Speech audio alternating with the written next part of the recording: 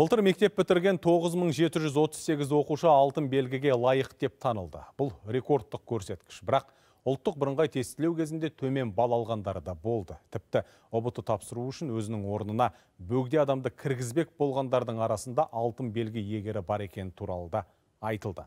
Биыл оқу жетістіктерін бағалау ережесі өзгерді. Соған сәйкес алтын белгі төс белгісін алуға қатысты талапты айтарлықтай күшейді. Оның үстіне министр Аймағамбетовтің айтуынша оқушы алтын белгіні алып, шекті бал жинамаса, мектеп басшылығы жауапкершілікке тартылады. 18 жыл бойы жаңарып, түрленіп келе жатқан ұбт-ның биылғы жаңалығы неде? Жетігін тілшісі Нұрболат Жаңаберген әңгімелейді. Саян Балтаев Ақмола облысының Шортанды ауданындағы Бектау ауылынан ұбт тапсыру үшін Елордаға келген. Алдағы уақытта Еуразия ұлттық университетіне оқуға түскісі келеді. Ондағы мақсаты болашақта тарих пәнінің мұғалімі болу. Тестілеуді аяқтап шыққан сәтте талапкерді біз де әңгімеге тарттық. Мен ұбт-дан 86 балл жинадым. Географиядан 29 балл, дүниежүзі тарихтан 23 балл. Осы таңдаған пәнді көбірек оқу керек, оларға көп уақыт беру керек. Өйткені әр қайсысы 35 балдан береді ғой. Биылғы түлектер ұбт-ны 5 рет тапсырады. Үшеуі ақылы. Ол қаңтар, наурыз, тамыз айларында өтеді. Көрсеткіш шекті балдан асқан жағдайда олардың кез келгенінің нәтижесі еліміздегі жоғары оқу орындардың ақылы бөліміне түсуге жарамды. Негізгі ұбт осы аптада басталды. Осы аралықта талапкердің 2 рет бағын сынап көруге мүмкіндігі бар. Бәрі алдын ала тек онлайн түрде тіркеліп, күні мен уақытын тестілеуге қатысатын орнын өздері таңдады. Нұр-Сұлтан қаласындағы аймақтық тестілеу орталығына біз де бас соқтық. Металлоискателін тексергеннен кейін алдарыңызда көріп отырғандай бет бейнесін сәйкестендіру құрылғы, яғни биометрикқа келеді. Мысалы, мен мына жерге тұрсам, бұл жерде оқушының аты жөні және де орны көрсетілетін болады.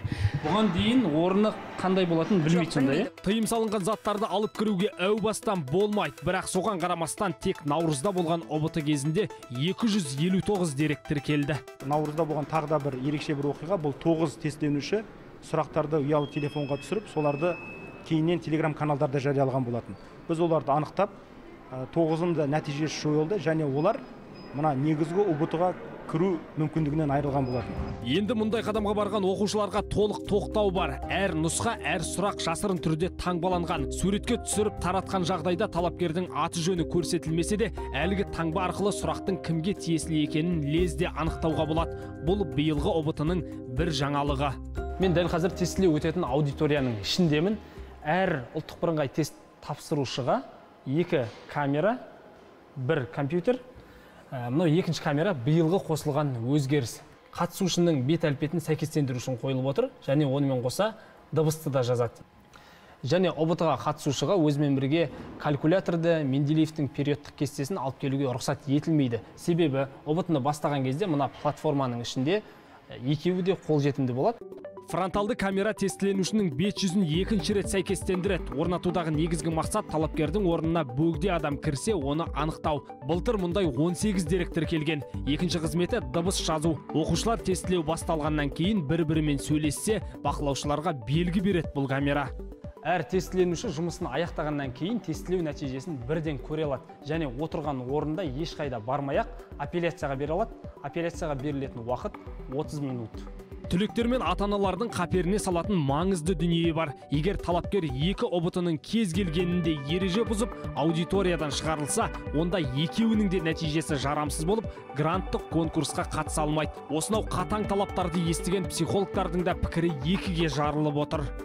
Дети боятся. Балалар ұбт тапсыруға қорқады, себебі талаптар қатаң. Олар сұрақтың жауабын білмеймін деп емес. Психологиялық тұрғыда бойын қорқыныш билейді, алаңдайды, стресске ұшырайды.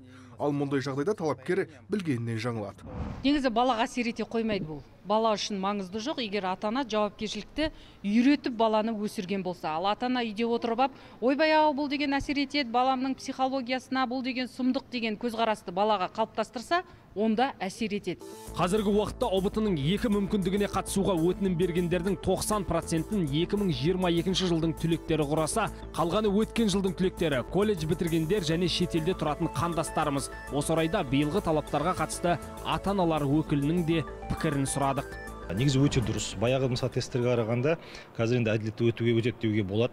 Көп жерде жаңағы балалардың емтихан тапсыру қатайып жатыр. Бұнда ешқандай қорқудың керегі жоқ. 2 рет қазір балаға емтихан тапсыруға мүмкіндік беріліп жатыр. Енді ата-аналарға айтатын бір-ақ нәрсе, балаларды қинап, міндетті түрде ең жоғары баға ал деген дұрыс емес.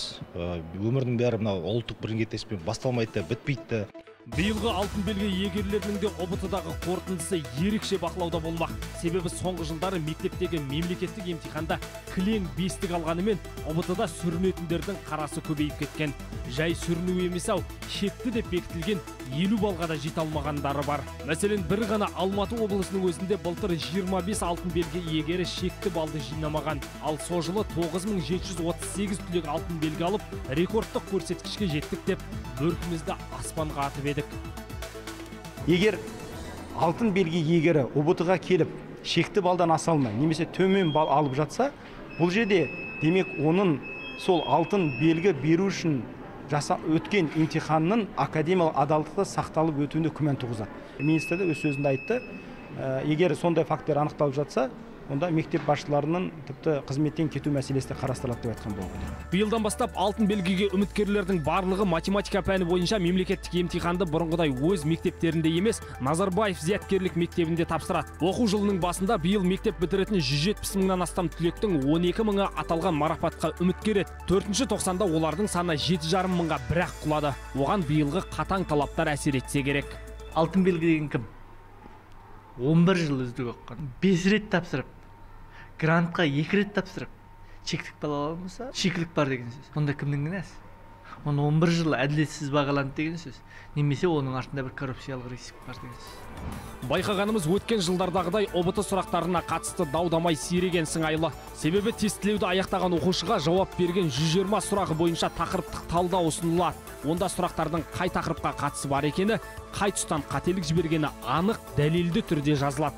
Әрі тестті аспаннан салбырап түскен біреу емес, мектептерде сабақ беретін білікті педагог мамандар құрастырады. Биыл сұрақтардың 40% жаңарды. Ұлттық тестілеу орталығы директорының айтуынша, сұрақтардың құрылымы өзгергенмен тақырыптар бұрынғы. Ендеше оқыған, шын ізденген оқушыға тұсауы жоқ. Нұрболат Жаңаберген, Әлібек Әлиев, Қанат Әбілдин, Саят Рамазанов, 7 күн.